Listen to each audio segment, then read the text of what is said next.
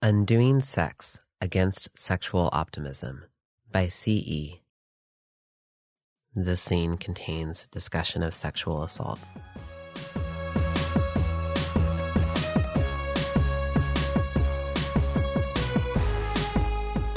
One. Starting. A story we are told. You are on the brink of sexual freedom. It is here and at your disposal. It is asked only that you find it or make it. If before we were ugly, we may be beautiful now. Still, you must make yourself natural, whole, and good. You are traumatized, but you may recover. Simply possess yourself. This is work to be done, but it is a good work. Work on your shame, perhaps even fight those who shame you, and it follows that you will be free. At the end of it, you will be whole, and you will have reclaimed your natural pleasure. The right of man is to fuck and to orgasm. Feel free with your body to do these things because they are good. The feminists and the sexual liberationists knew this, and this is why their movement is over. Cosmo and Oprah know this now, and therefore everyone knows it. Sex is good and pleasure is powerful, and it is this proposition that will save us from our pain. Michel Foucault repeats his tale in its barest bones. Someday, sex will be good again. Yet, for all that such optimism may aspire to, it exists seamlessly with the brutal realities of gendered life. Rape goes on unabated. The lives of so many remain consumed in domestic and reproductive labor. It is not that optimism is simply ineffective, that it has been appropriated and defanged by a system of repression and may thus be saved, but rather that it exists alongside shame and silence, each playing their role in a broader production of sex and gender. If it was once radical and marginal to assert an essential or simply available goodness to sex, it is now central, institutional. Far from the domain of some radical set, it is at once an ideology of patriarchy and of the majority of its opponents, a disparate, heterogeneous collection of discourses united in common aim. It is the optimism that insistently, cruelly returns us to the work of fucking. This optimism is what I position myself against. Its history demands explanation, and I long to imagine a politic that emerges after having abandoned attachment to sex entirely. To be positionally against sex would be to oversimplify. Rather, I experience sex as an impasse in the matter of Berlant, de-dramatizing the performance of critical and political judgment, so as to slow down the encounter with the objects of knowledge that are really scenes we can barely get our eyes around. That is, sex here is not as an enemy to be polemically confronted, but an overwhelming relation demanding examination, where the pain and weight of gender are more immediate. My project, to long for the good and feel its absence, picking apart, historicizing, drowning in the weight of phenomena, tripping on content, as Chris Kraus puts it. So then, to clarify, I do not set out to reject an entire wave of feminism. Under the banner of sex positivity, even sexual optimism, are gestures that would be absurd to reject. The historicization of sexuality, demystifying sexuality, giving information surrounding STDs and contraception to women and queers, disrupting reactionary forms of shame. What is necessary is far from a sectarian return to second-wave theorists, but rather tracing the thread that gave rise to our present situation, the ways in which sex has been exalted, its relationship to senses of the self, and the ideologies of the whole and natural. Sex positivity as a supposedly coherent social movement would be only a paper tiger. Rather, the object of this essay is to disrupt the attachment to sex as it is lived in feminism and popular imagination, and it is a relation that lives well beyond the past 30 years of sex-positive feminism. Before continuing, a clarification of my use of the phrase, not man. Not man cannot be understood as shorthand for women and others. It is, rather than a collection of non-male identities, a way of referring to the production of gender as a relationship of exploitation. It is nonsensical to describe not men as doing something, anything, or having any unity, because not man is a position of silence, an exclusion from subjectivity as it is put to work within gender and patriarchy. This cannot be confined to any group of bodies or identities, and to conflate it with a unitary womanhood would be an error on the order of conflating proletarian with industrial worker. None of us are not men by virtue of anatomy or identification. Rather, not men is a position we are forced into to greater or lesser degree as the recipients of gendered violence. Effectively, the not man cannot speak cannot be represented with total accuracy, as it is defined through lack and absence. Still, it is a point in a relationship which is constitutive of gendered class, and discussion of it is necessary for any understanding of what it is to be a woman, man, transgender, or queer. Not man is a means of addressing the problem of patriarchy, the way in which maleness and male subjectivity produces, appropriates, and exploits a condition of silence, death, and lack, while hopefully avoiding the presupposition of a coherent feminist or female subject. Not maleness is constitutive of gender's class reality. Forms of womanhood and manhood exist only in relation to it, but it is irreducible to one or several classes. We can find our desires. But when we stop making fires. 2. Sex-negative feminism did not take place. For all the moral censure, antagonism to what was perceived as male-identified or patriarchal sex, and outright rejection of penetrative intercourse, rejection of all sex outright had only a brief moment of acceptance within a very narrow sort of feminism. 2 facts confirm this: that the majority of sex-negative feminists, Dworkin, for example, denied any antagonism to sex itself, and that they continued to affirm and engage in forms of sex which were perceived to be good. Ellen Willis's suspicion that their revulsion against heterosexuality served as the thinnest of covers for disgust with sex itself is ultimately untrue. Not that such revulsion didn't contain disgust, but that it was ultimately rerouted and put to work in an attachment to, or affirmation of, sex. We can trace a certain sense of self, which developed both before and after the brief heyday of sex negativity, to illustrate just how this affirmation of sex came to be. This is not merely coincidental. Rather, it is a reflection of an intimate relationship between sexual agency and subjectification, particularly within feminist theory. Sex, as an especially dense transfer point for relations of power, develops its forms alongside constructions of agency and subjectivity, but also, and more importantly, is a point at which one's self comes to be. As I will go into later, the work of sex is often the work of subjectification and objectification. As such, the political declaration of what one is, should be, and should be spoken of then carries immediate consequences in the realm of sex, as who one is established by how one acts upon or with others. To trace the senses of self motivating much of feminist sexual politics, we may begin with Simone De Beauvoir in The Second Sex. In it, she lays many of the theoretical foundations for subsequent feminism, most powerfully in her conception of subjectivity and agency. She writes, "The drama of woman lies in this conflict between the fundamental aspirations of every subject and the compulsion of a situation in which she is the inessential.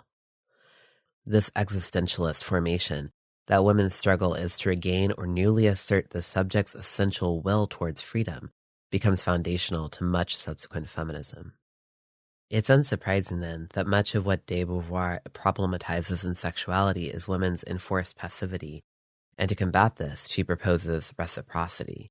Should the male both desire and respect her, her integrity remains unimpaired while she makes herself object. She remains free in the submission to which she consents.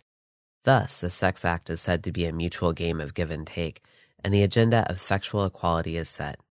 She glowingly describes the narcissism, the subject's urge to possess a feminine body, found in the sexuality of the virginal adolescent. Radical feminism, from Valerie Solanas' Scum Manifesto and onwards, breaks with De Beauvoir in that it problematizes male subjectivity itself, not mere exclusion from it. Solanas, in particular, makes this reversion very clear, describing the male as psychically passive, empty, trapped inside himself, and this weakness as his motivation to possess, to fuck, to make war. The male's entire mode of being and self-definition, as informed by his weakness, rests upon an ability to appropriate or kill. He cannot exist within himself, cannot be contained, and so cannot experience any sort of empathy or intersubjective experience. This, what Solanas bluntly identifies as the male sex, or maleness itself, is the root of our society. It, in its craven drive to possess, constructs the family, fatherhood, war, the government, capitalism, or the money system, and the warped understanding of the nature of women. So, for Solanus, the project of undoing this world means destroying the male sex. But Solanus presumes that women have the ability to be in a wholly different way. Women have a self to manifest, and while they are conditioned into male-defined weakness and passivity, this can be overcome in the process of destroying society. Without their maleness, women are cool, collected, capable of genuine empathy, and capable of developing a society based on these attributes. Using a reading inflected by Mary Daly, women are possessors of the divine spark men fail desperately to appropriate, and should they move beyond male myth, they can make it manifest politically. The feminist project then proceeds from this essential difference. While a few early radical feminists, Cell 16 as a notable example, pursued the more negative side of Solanus' thinking, perhaps more influential was this notion of difference as taken up by lesbian separatism. In one of lesbian feminism's earliest documents, Radical Lesbians, The Woman-Identified Woman, a dual picture of lesbianism is presented that is influential and illustrative. In one sense, lesbianism is primarily a political trajectory, a means of rejecting patriarchal womanhood, and yet a category of behavior possible only in a sexist society. Yet, in another, it, or rather a woman identification existing beyond merely lesbian, is a means of constructing and affirming a true self. Following a proper commitment to women, the sense of alienation itself is said to recede, revealing a new consciousness of and with each other. It is only with that real self, that consciousness, that revolutionary movement can proceed. The eventual ascendance of the latter tendency made for a tremendous break from earlier radical feminism. Rather than the authentic self being a product of successful dismantling of patriarchy, it is a precondition for it. In the early years of lesbian separatism, this is less central. Advancement of consciousness and lesbianism were, while prioritized, addressed in terms more tactical than metaphysical. Lesbianism and disengagement from the male left was a means to an end, a form of behavior and identification that offered a challenge to forms of patriarchy. The woman-identified woman makes the argument that the heterosexual structure binds us in one-to-one relationships with our oppressors, making it such that feminist energies and commitments are divided and undermined. The Furies, in a few early articles, make repeated reference to the capacity of lesbianism to undermine male-dominated society by not fucking, not breeding, highlighting its necessity by discussing the failures of heterosexual feminism and attachment to men. Their lesbian self, even where taken as the only useful strategy, had elements of being only a strategy rather than an end in itself. But as the 70s progressed, the trend of declaring lesbianism as an entirely different reality, Spectre, 1971, and a pursuit pure as snow, ego-free, and non-profit, Every Woman, 1971, progressed until it eclipsed previous lesbianisms. To T. Grace Atkinson, who before stated that feminism is the theory, lesbian is a practice, it became that feminism is the theory, lesbianism is the practice. What Alice Eccles describes as cultural feminism started from this foundation, taking as its organizing principle an essential femaleness. Whereas earlier radical feminism advocated a destruction of or overcoming of gender, cultural feminism spoke of reclaiming an ancient matriarchy and affirming a true womanhood concealed by oppression. Mary Daly is perhaps the most exemplary of the cultural feminists, her work devoted to an endless naming and describing of this essential womanhood, its unique motions, its will toward life, and above all, its affirmation. By the late 70s, her concern became defending the bodily integrity of the pure life force she ascribed to women, eventually descending into attacks on transsexuality. She described it as a sort of Frankenstein phenomena, the madness of boundary violation, the mark of necrophiliacs who sense the lack of soul, spirit, life-loving principle with themselves, and therefore try to invade and kill off all spirit, substituting conglomerates of corpses. One particularly Daly-inflected school of cultural feminism set itself to the task of developing lesbian counterpower establishing communities, events, and businesses reflecting a metaphysically different presence from the patriarchal world. Daly herself argued for a female counterworld in which such presence would radiate outward, attracting others, in a form of action termed gynaffective, both discovery and creation of a world other than patriarchy. But such a world was never truly constructed. Lesbian counterpower remained produced by the same capitalism, patriarchy, and white supremacy as the rest of the world, and was constrained to a reinscription of sexual indifference, albeit on different lines. That is, the lesbian separatist political strategy became, for all its contrary ideology, content with being more like men, having a greater access to male forms of power and self as natural, as business owners, as free and healthy egos existing in friendship, autonomy, and authenticity. Aside from the development of counterpower, the shift by which authentic self became the precondition for feminism informed and impacted politics of representation and consciousness. Within strains of the anti-pornography movement, this became especially pronounced. Robin Morgan's statement that pornography is the theory, rape is the practice. Pornographic depictions and ideas about women were the cause of rape, while masochism was a sort of false consciousness by which women rationalized continued exploitation. Both presented an aberration from a healthy way of being, one that could be corrected through changing culture and promoting correct consciousness. This attitude towards sex was, while often a negation of almost all heterosex and much lesbian sex, ultimately a conservatism that aimed to protect and affirm a form of good sex, a defense of a supposedly pure sensuality. These strains in the anti-pornography movement often exemplified the cultural shift and prioritization of consciousness that carried over into pro-sex and sex-positive feminism. Because of the causality supposed, wherein pornographic theory and self-image rather than material conditions gave direct rise to the reality of rape and patriarchal exploitation, these politics returned to a liberal strategy of challenging representation. Radicals, both inside and out of the anti-pornography struggle, critiqued such attitudes by emphasizing that porn was either a symptom of patriarchy or a reality whose life was far greater than representation and ideas. Still, the radical materialist stance ultimately failed to gain traction, and in recent sex-positive movements, there is a familiar emphasis on culture and consciousness, via unlearning body hatred, promoting healthy attitudes towards sexuality, and consciousness raising as an end in itself. Perhaps more subtly, this politic relies on a faith in a sort of negative liberty. It espouses a freedom from patriarchy, and in doing so affirms the potential of the subject's self-definition. In radical and cultural feminist formations, this liberty was a liberation of women as a class, and so the individual decisions of women became accountable to the degree to which they benefit all women.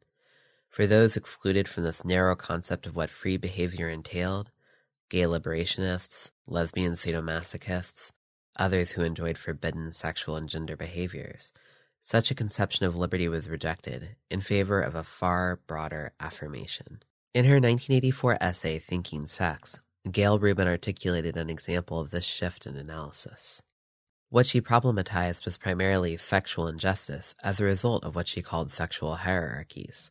In our Christian repressive world, sex is subject to a sort of Manichaean good sex, bad sex distinction. There is straight, vanilla, coupled sex performed for free, and then there is sex which is maligned. Attempting to simply shift what sex is acceptable and what is not is reproducing this logic that is a dominant sexual ideology. But within this argument is a complete shift in the basis of a sexual politic.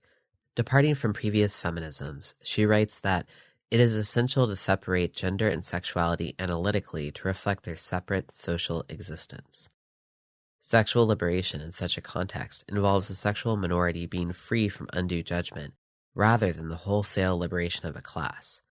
Her presumption is that the structural violence of sexuality is, rather than a gendering oppression against women, an oppression directed at those engaged in what dominant culture terms bad sex. Homosexuality, promiscuity, kink, and pornography are effectively equalized as being all oppressed by this system of sexual stratification and hierarchy, literally grouped together in a diagram of the sexual value system. For Rubin, interrupting and rejecting sex negativity allows for a democratic, pluralistic sexual ethics.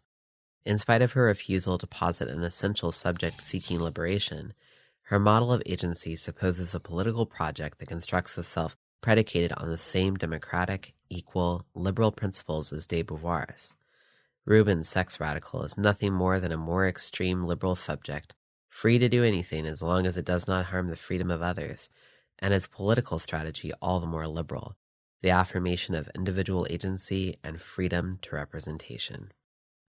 This liberal pro-sex attitude has since then persisted, overtaking anti-sex feminisms and entering the mainstream. On the explicitly feminist side, the yes means yes oriented slutwalk protests have, in addition to protesting against rape, street harassment, and victim blaming, centralized a fairly blunt narrative of reclaiming and celebrating sex. Using a rhetoric of personal agency, the sexual ethic of reclamation emphasizes the ability of the individual subject to attain a non-alienated state, not even through especially political means. All that is required is a lack of shame about sex and some control over how one wants to be fucked. In a return to the orgasm politics of the 70s, such an attitude posits only the radical proposition that sex is good, and pleasure-denying attitudes to the contrary be removed. Such concerns are partially mirrored in an ever-present, Oprah-friendly sort of sexual liberationism, a right to sexual pleasure, to reclaim a nature as sexual beings. We can gain liberation from what is ostensibly our enforced frigidity and shame by performing whore instead of virgin, choosing a sexy outfit for our man as an act of revolution. Even ostensibly radical, queer attitudes towards sexuality find themselves repeating such a relationship with the self. While belief in an essential, self-asserting ego is often abandoned in favor of a social constructionist view, the drama of sexual politics becomes reframed as a tension between normative and non-normative. Norms are conceived of in their ability to suppress or the degree to which they are subverted, and so one gets little sense of the work norms perform beyond this register of suppression and subversion within the constitution of the subject.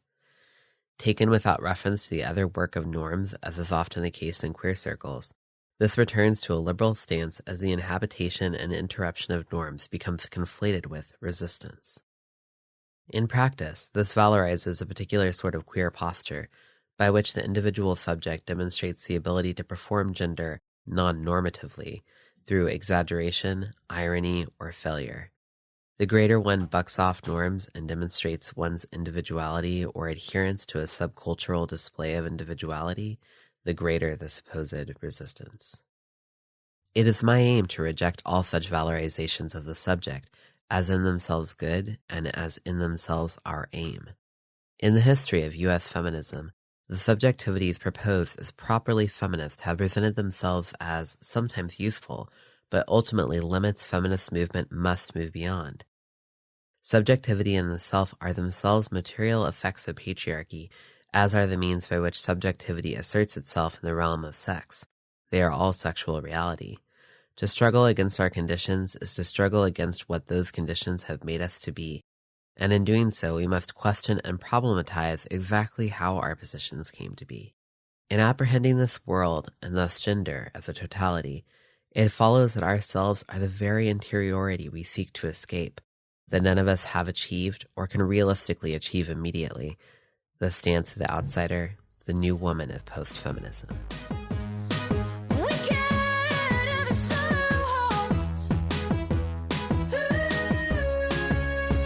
Whether we like it or not. 3.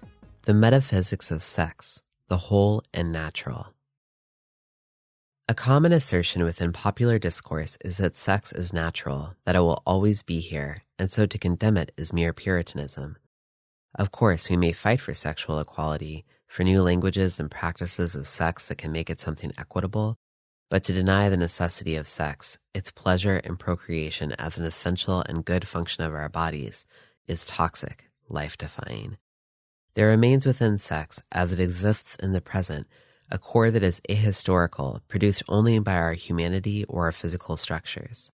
Common sense and popular science confirms this. We are animals doing what animals do and have always done, and society merely perverts and represses these drives.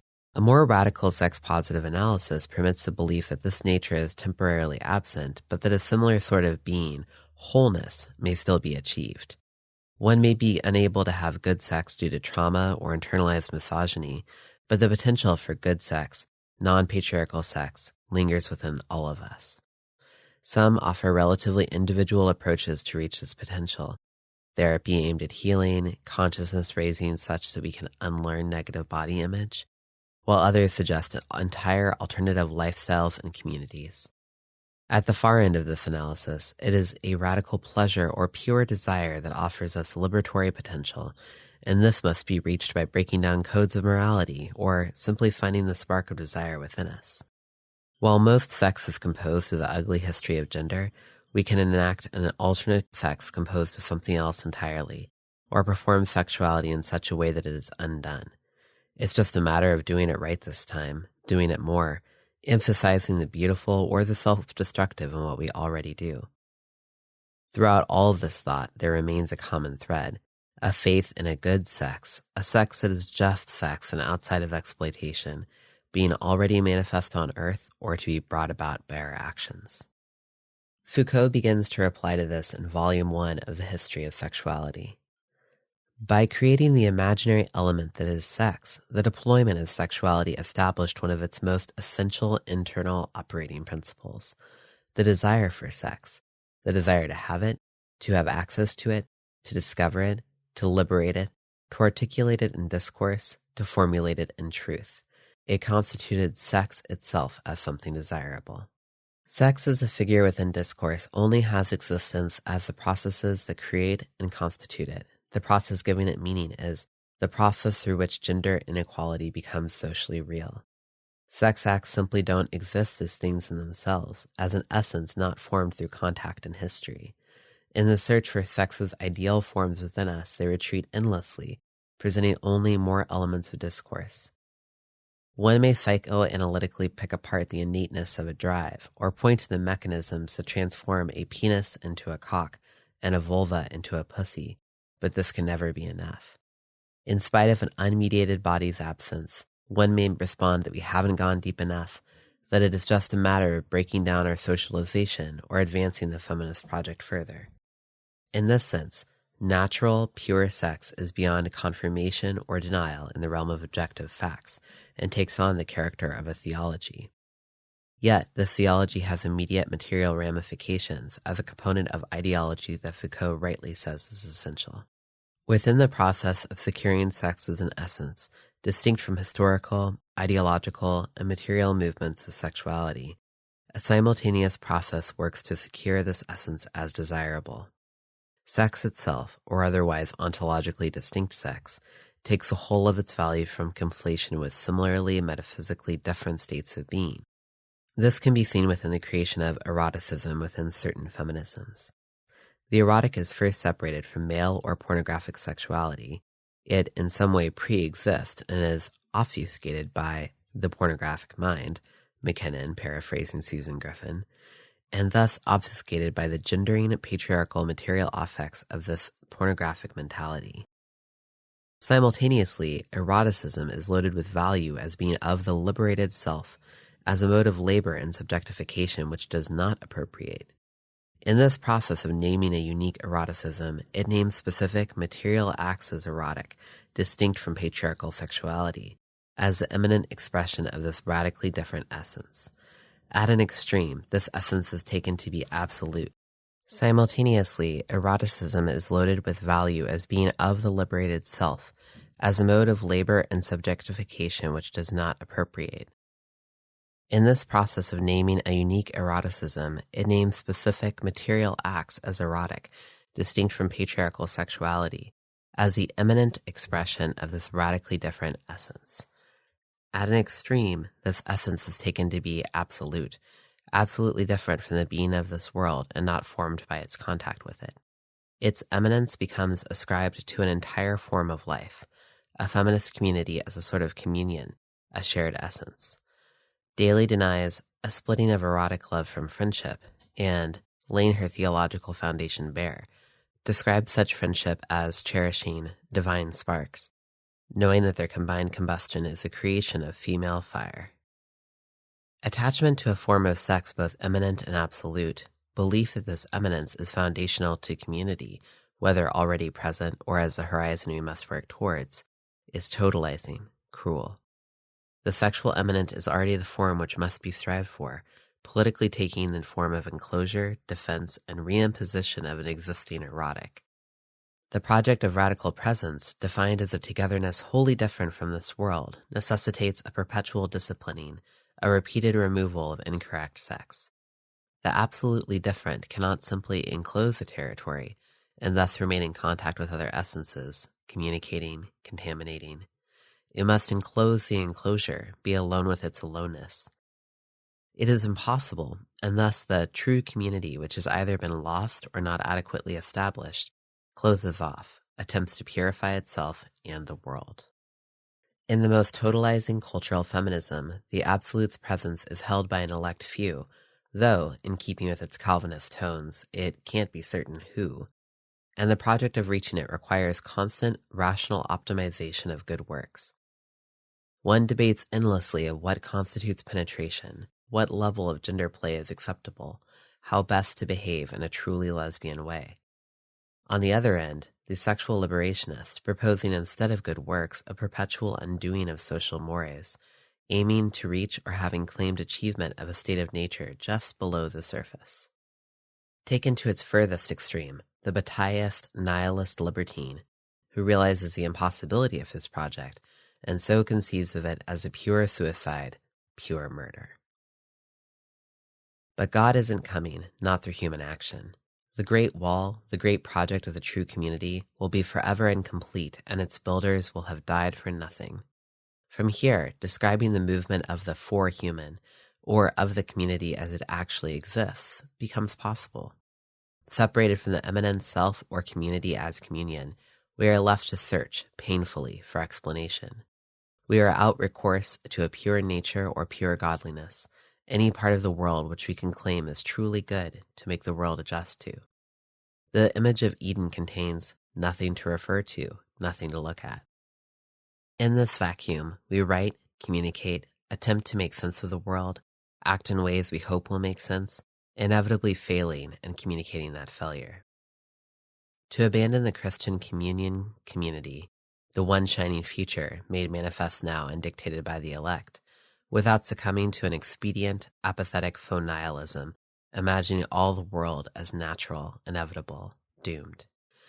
This space, communicative and concerned with movement, internal to this world as it seeks to move beyond it, does not set out to effect a completely new world, nor is it resigned to reform or consciousness raising.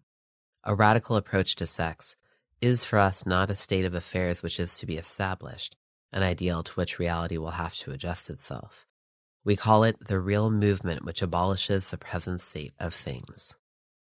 As part of this anti-project, I try to talk about sex using the frameworks that speak most accurately to the pain, incommunicable and inconsolable, I endure within gender, Marxian and post-structuralist feminism, discourse and history without a reference to the pre-discursive or ahistorical. Trying to heal from trauma managed to fuck me up worse because I started to ask, what do I want? What do I really want out of sex? And diving down in search of my damaged sex drive, I couldn't find anything, really. Lots of urges to be close and to feel safe, wanting to be validated and watched and all that shit, but nothing that feels innate.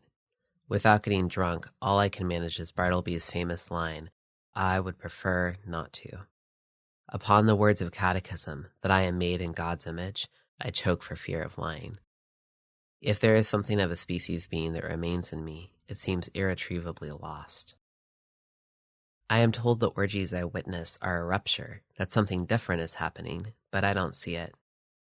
At the end, they return to work, return to this fucked up world that makes them crazy and wanting and cruel, and all I ever saw was a moment where everyone stopped caring about how normal it all was. How boring to expect that at the bottom of everything, if we only push harder, there will be something good. All Sod got was a lot of corpses who never had what he wanted. Where did the old feminists think difference would emerge from? What in this world could make up the next? I ask us not to mock them, but because I keep returning to it, expecting the answer to be different, expecting that I'll find it by accident someday and then everything can be okay. But it's not coming, so what now? They say we can love who we trust.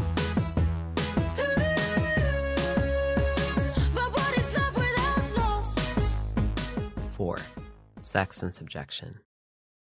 Not unlike natural labor, sex, while presumed to be a pre-existing fact of the body, necessitates elaborate social production to bring it into existence. The analogy with labor becomes clear in that this is a strange commodity, for it is not a thing. The ability to labor resides only in a human body whose life is consumed in the process of producing. To characterize labor as natural, and thus ahistorical, would serve as a mask for the reproductive labor that brings it into being. Likewise, to characterize sex as natural obscures the social production that brought it into being. Altering the previous quote, we may say, the ability to be fucked resides only in a human being whose life is consumed in the process of social reproduction. This is not to say that humans, as animals prior to any development of culture, did not engage in behaviors now recognized as sex, but rather their discursive meaning and all the material practices constituting them are historically produced. In the same manner, humans have always acted and created, but it is only in capitalist development, in the processes that alienated and proletarianized us, that this becomes secured as labor. What drives us towards having sex in the here and now is something determined by the flows of power and economic structures that produce us as women, men, trans, straight, etc. If thousands of years ago there was a pre-gendered mode of pleasure, embodiment, and usage of genitalia, it is irretrievably lost to us. The radical contact that lesbian feminists such as Janice Raymond hope for is endlessly absent. There is no presence of another's self, no opportunity for the truly intersubjective, only an endless field of touch, affect, craving, survival, and power relations, produced and mediated by our material conditions. So then, any mention here of sex is not referring to any interplay of bodies as acts alone outside of history, but rather of sex as it is a figure within sexuality and thus within flows of power. I refer not to sex as it could be or as it is in itself, but as it is experienced, here and now, thousands of years deep into patriarchy. There is no nature to sex that makes it essentially evil, and there is no reason to deny that sex, as physical acts, could have radically different meanings in the future, just as they have had in the past. Our understanding of sex must then dispose of all naturalized notions of sex. Sex as sacred right, sex as communion, sex as fundamental aspect of life, and sex as a necessary means by which bodies are discovered and explored. Likewise, idealized visions of sex, as an expression of feminist wholeness, as a radical eruption of pleasure, and as a world-destroying site of jouissance, are counterproductive. Male dominance here is not an artificial overlay upon an underlying inalterable substratum of uncorrupted essential sexual being. Sexuality free of male dominance will require change, not reconceptualization, transcendence, or excavation. Sex must be understood through its relation to our economic and political structure, which is to say, capitalism, patriarchy, and white supremacy. As such, sex may be understood as work, not merely the obvious work of making babies, though that is still important and central in certain contexts, but a vast array of functions within the labor of maintaining a body of workers. Non-procreative sex is allowed and fostered not because of society having moved any closer to freedom, but because the reproductive labor demanded by modern capital is not merely that of population growth, but of the creation of the self, the individual, and consequently, the identity. We can see this within the modern narrative of losing one's virginity. It's no longer an archaic sale into the slavery of domestic labor, but a pluralistic coming into oneself, repeated forever in each act of sex.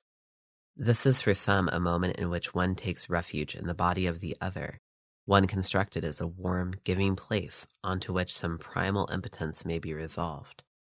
Sex becomes known in its ability to dissolve safely, to let go and be caught by an other. For others, it is a field by which one can become understood, can articulate themselves in terms alien and ever-present, beauty, physicality, availability, called desire, for sex. One may even, due to the benevolence of progress or the comforts of some non-heterosexuality, fulfill to some degrees both roles in what is called empowered and mutual. Within this vision of coming into one's sexual self, there is a critical contradiction for at least one of the people fucking. Agency is conferred only by finding one's place within the field that sex acts upon. One does not fuck so much as they find their place within fucking, constituted through innumerable acts of self-production. The coming into being as woman, or as any of the other gendered subjectivities available to not men, is assured through simultaneously reifying the structural position of silence, the class existence as not man. Modifying a statement of McKinnon's, once not men have sex, it is lost as theirs. Radical conceptions of consent then hinge on a structural impossibility, the liberal subject. At its outset, radical consent presumes that we can, theoretically, have sex in such a way that nobody is objectified, nobody hurt. We can all be beautiful, we can all be empowered, we can all have sex in ways that feel right to us, and if rape culture is too totalizing right now, at the least what's important is that we move towards consent and thus cast out non-consent. Yet, the structures ordering sex do not allow for this hopeful vision to be realized, and it is within consent culture that its impossibility becomes bitterly pronounced. For all the cultural changes that have occurred, sex remains a question of subjects and objects, of speaking bodies getting something out of silent ones, even among bodies where speech and silence coexist. The pretensions of equality and consciousness don't erase the world from which sex is produced and made legible. She was with accurate devotions. Ooh, what are feelings without emotions? 5. The value and consumption of sex. From here, sex must be understood as something inextricably determined by notions of value. In sex's bluntest formation, some bodies produce value, be it babies, satisfaction, beauty, sense of self, etc., and other bodies reap the benefit of such value in the exchange of sex. Sex is one moment among many that bodies become transformed into a substance to be enjoyed, that is, consumed. Liberal feminism's concept of sexual empowerment can then be taken as an urge towards self-ownership to benefit from one's own value production. This is not necessarily useless, and at times presents a powerful challenge to silences necessary to forms of patriarchy, but as an aim in and of itself, it is a demand for greater representation in a phallic economy of sex. Radical consent takes this demand even further until it becomes almost self-parodying. Everybody may have access to the subject position, and as such, everybody may benefit from their own value production. But phallic economy does not allow for such utopianism. Even if for one encounter it can feel mutual, feel decided upon by free and equal actors, the underlying mechanics of sex have not been challenged. The subject position necessitates the other. Any value produced may always be appropriated and will always be expedient to appropriate. The act of rape will, in such a context, always be available, and when vengeance against the rapist can be circumvented, will always be enacted. To start again, feminized bodies, women or otherwise, are cast as reproductive forces and as commodities. Offered by most sex-positive feminisms are means by which this productivity may occur with a minimum of violence, in which a body cast into the object position has some agency within an already presumed sexual encounter. Cosmo offers us a range of interesting new positions with our man. The consent zine offers us ways to semi-formally negotiate sexual encounters. We find ways to feel okay with what we're doing, what we must do for safety and survival. But this is all within a context where our bodies are presumed to be mere sites of baby-making, of pleasure, of self-discovery, of anything really. And this context goes either unchallenged or challenged with the assertion that everybody has the right to pleasure, self-knowledge, babies, etc. The productivity of the sexual is perhaps acknowledged, and when sex work is addressed, this is blatant, but it is assumed to be neutral. When money is involved, it is just a job. When other forms of value, like physical appearance, are involved, all one gets is, of course nobody should be forced to be beautiful, but what's wrong with beauty? Sexual production and self-ownership is pleasant up until it is confronted with the materiality of consumption. Consumption gives the product the finishing touch by annihilating it, since the result of production is a product, not as the material embodiment of activity, but only as an object for an active subject. A capitalist economy of sex, in its phallic mode of subject-object, culminates and reproduces itself in acts of consumptive death, in moments of silence, denial, violence, and rape. It is in rape, and in the violent consumption that typifies it, that not man takes on its meaning and is put to work, and it is only within or over this class that all forms of sexual empowerment grant agency. I have my hopes out on the line. Ooh, will they be ready for you in time? If you leave them out too long, ooh, they'll be withered by the sun. 6. Rape and death. There is then some truth in the phrase, misattributed to Andrea Dworkin, that all sex is rape. Rape and sex are far from foreign to each other, but rather are mutually constitutive elements of a broader structure of exploitation. Rape's violence and transgression is not apparent, but rather a defining aspect of sexuality. It is the original appropriation driving all subsequent consumption or self-ownership, a threat or reality that renders sexuality meaningful. Defining the qualities that make sex an event unlike rape becomes difficult. There is no true absence of force, nothing to consent to that isn't on the terms of male power. The by now traditional feminist approach to ending rape, recognizing rape as a moral outrage, attempting to isolate its unacceptable features, and remove its cancer from the otherwise healthy body of sexuality, fails from its outset to address this reality.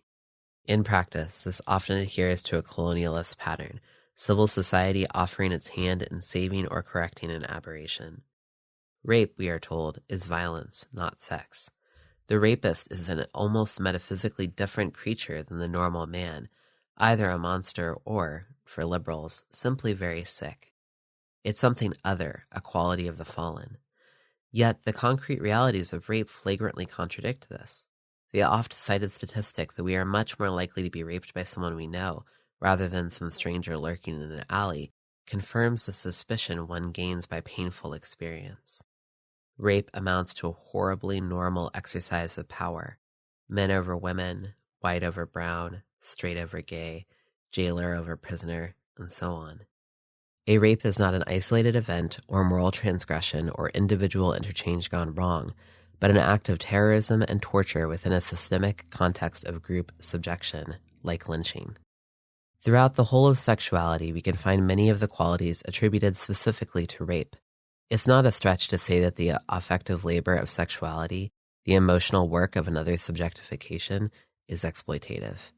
Likewise, the structural constraints on consent, the subtle and not so subtle violence that make no unheard or unspeakable, can be experienced as coercion, and the abdication of self-definition and the submission to another's will often required to enter into sex can be felt as violation. It is in such experience that the presence of rape, its inextricability from sex becomes clear, yet to flatly characterize all experience of sexuality as rape would be a denial of difference.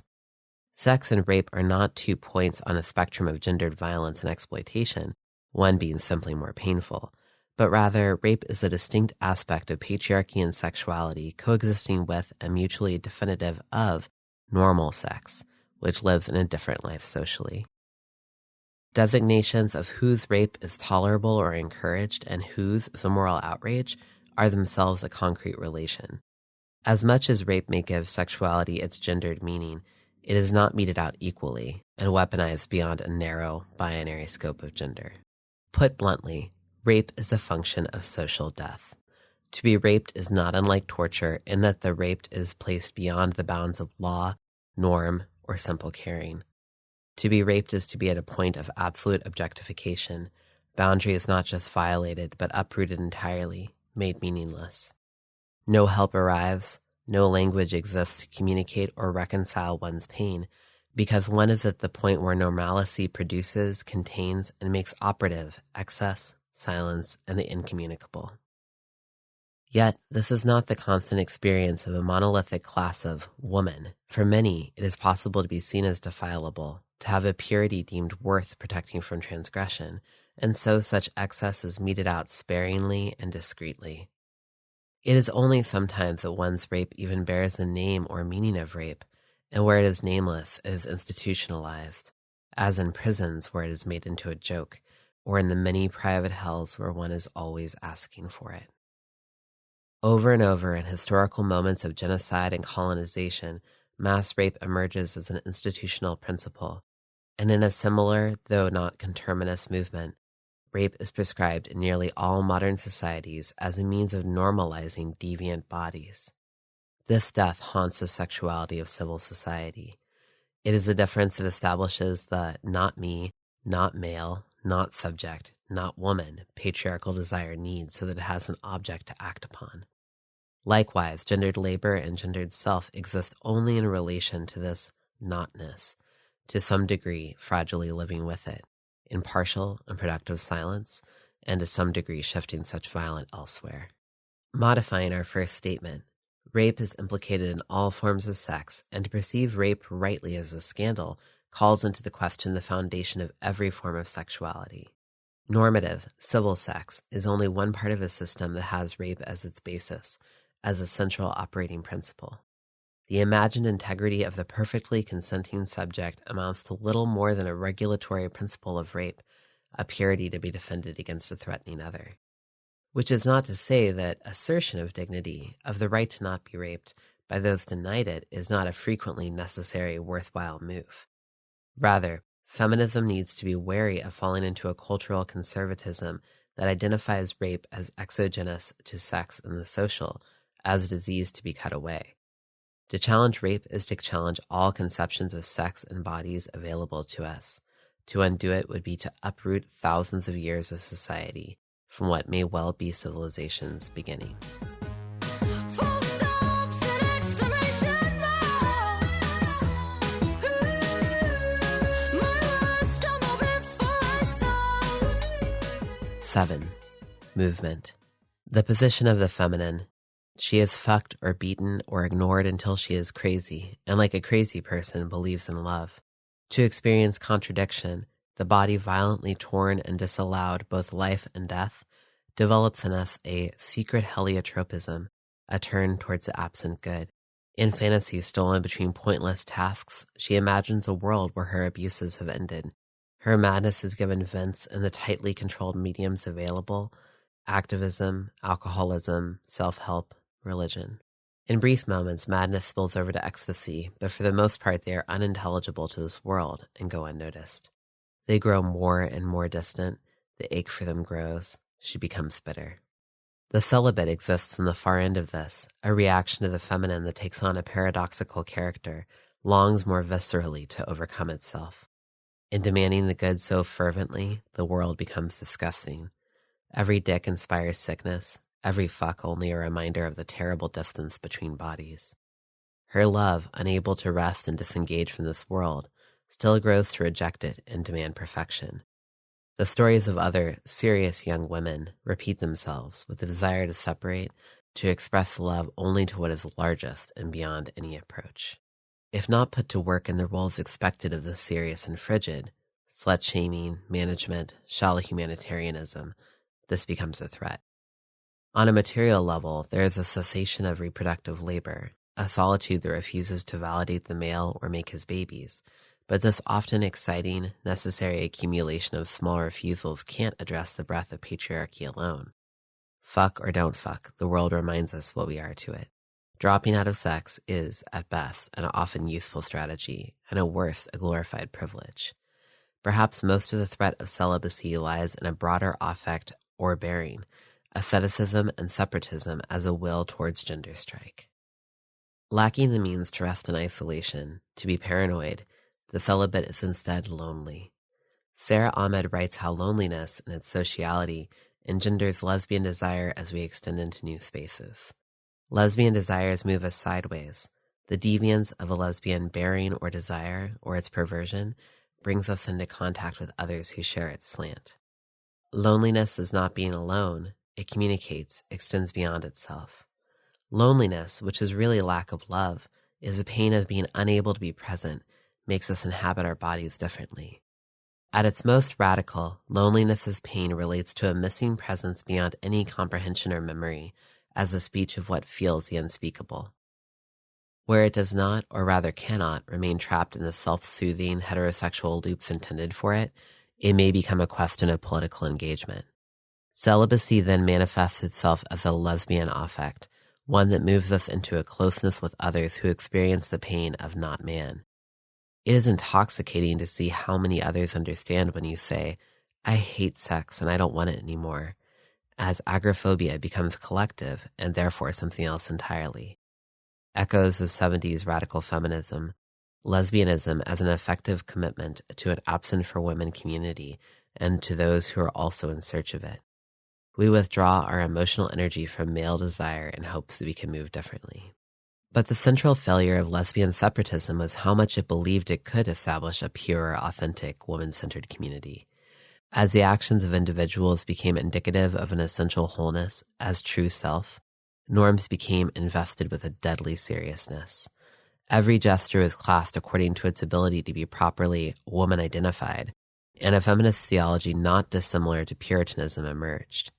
Just as Puritans felt God's grace to be manifest through rigorous, rational adherence to the law, woman identification became a purity that expressed itself through proper speech, proper praxis, and proper sex.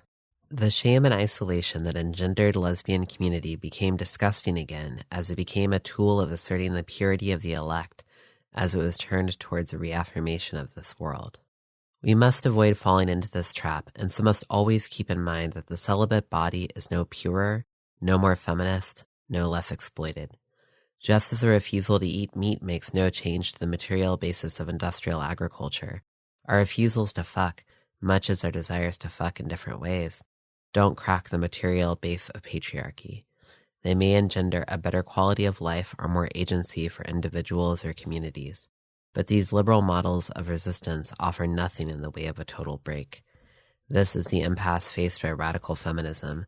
Gestures proliferate, but they only ever point towards the abolition of gender, glancing so close but never reaching the moment of truth. Our pain cannot be reconciled, at least not by our efforts alone, and yet it is irreducible to sadness, to a simple inability to act, nor to introspection. It is a call not just for an attentive bearing, but for a different kind of inhabitants. It is a call for action, a demand for collective politics, as a politics based not on the possibility that we might be reconciled, or of learning that we live with and beside each other, and yet we are not as one. What I or anyone can offer is not truth, the path to some grand final moment of overcoming. To move without this cannot be a program, though it may be at times strategic, cannot be morally mandated, though it will most certainly involve ethics. Prakash Kona writes, the dispossessed of history are not guided by method but by madness. What will guide us is not an abstract longing, but the maddening, material, immediate need for something as impossible and otherworldly as liberation. Therein lies the truth of Dworkin's 24-hour truce where there is no rape, not its high-minded ideals, but its absolute necessity and absolute impossibility. I am unsure of how to proceed. My hope is that the disclosure of this life, its formation through contact, its movement through books and histories, offers some assistance in the lives and struggles of others. How far can you send emotions? Can this bridge cross the ocean? I don't let anyone touch my cunt or my tits. I stop touching other people's. Mostly I just hit and bite and scratch and get hit and bit and scratched, but never ever with men. I cuddle with my friends a lot. I ask before I do most things with other people's bodies and ask that other people do the same with me, or ask them to stop, or yell at them a lot maybe with death threats. Wage labor is fucking hard to get, and I'm pretty and young, so I get a job as a sex worker with a feminist boss who pays me pretty alright. I self-destruct in less scary, less uncontrollable ways. I write essays and read books and talk to friends and say what's on my mind as loud as I can, and try to avoid people who don't care to listen. Maybe it's working because I know I'm not free and still want to die, still want everything in the world to be something else entirely, but I can turn my misery outward and feel like I have enough power to drag down something important with me.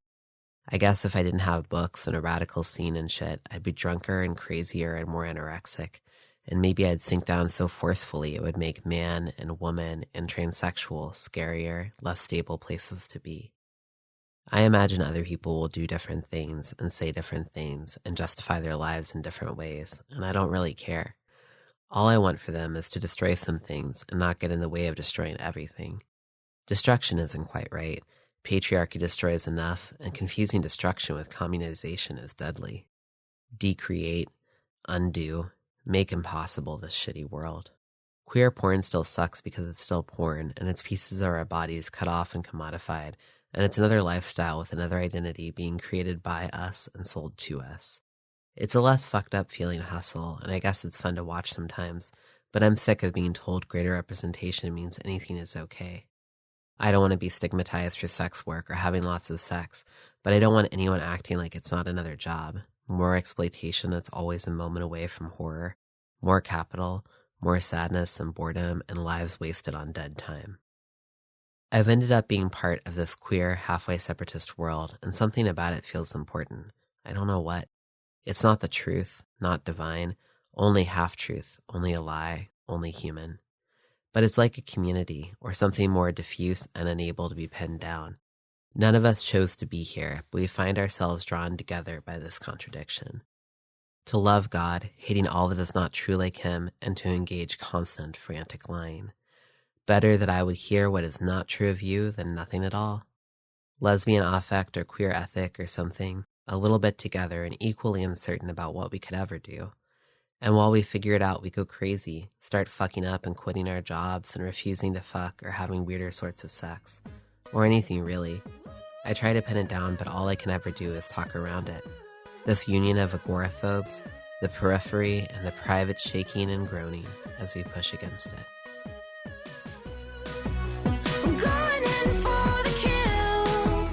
I'm doing it for a thrill. All I'm hoping you know. If you enjoyed this recording of Undoing Sex Against Sexual Optimism, you should check out more AudioZines at resonanceaudiodistro.org. Or check out some other anarchist audio through the Channel Zero network. Here's a trailer for another anarchist podcast and radio show, The Final Straw Radio. Where did you get this? Your friendly neighborhood anarchist. More of an anarchist militant. People involved in social struggles than everybody else. People have been waiting for some content. Radio and show. The Final Straw and I'm William Goodenough. And I'm Percy Goodness. TheFinalStrawRadio.noblogs.org. If you're listening, you are the resistance.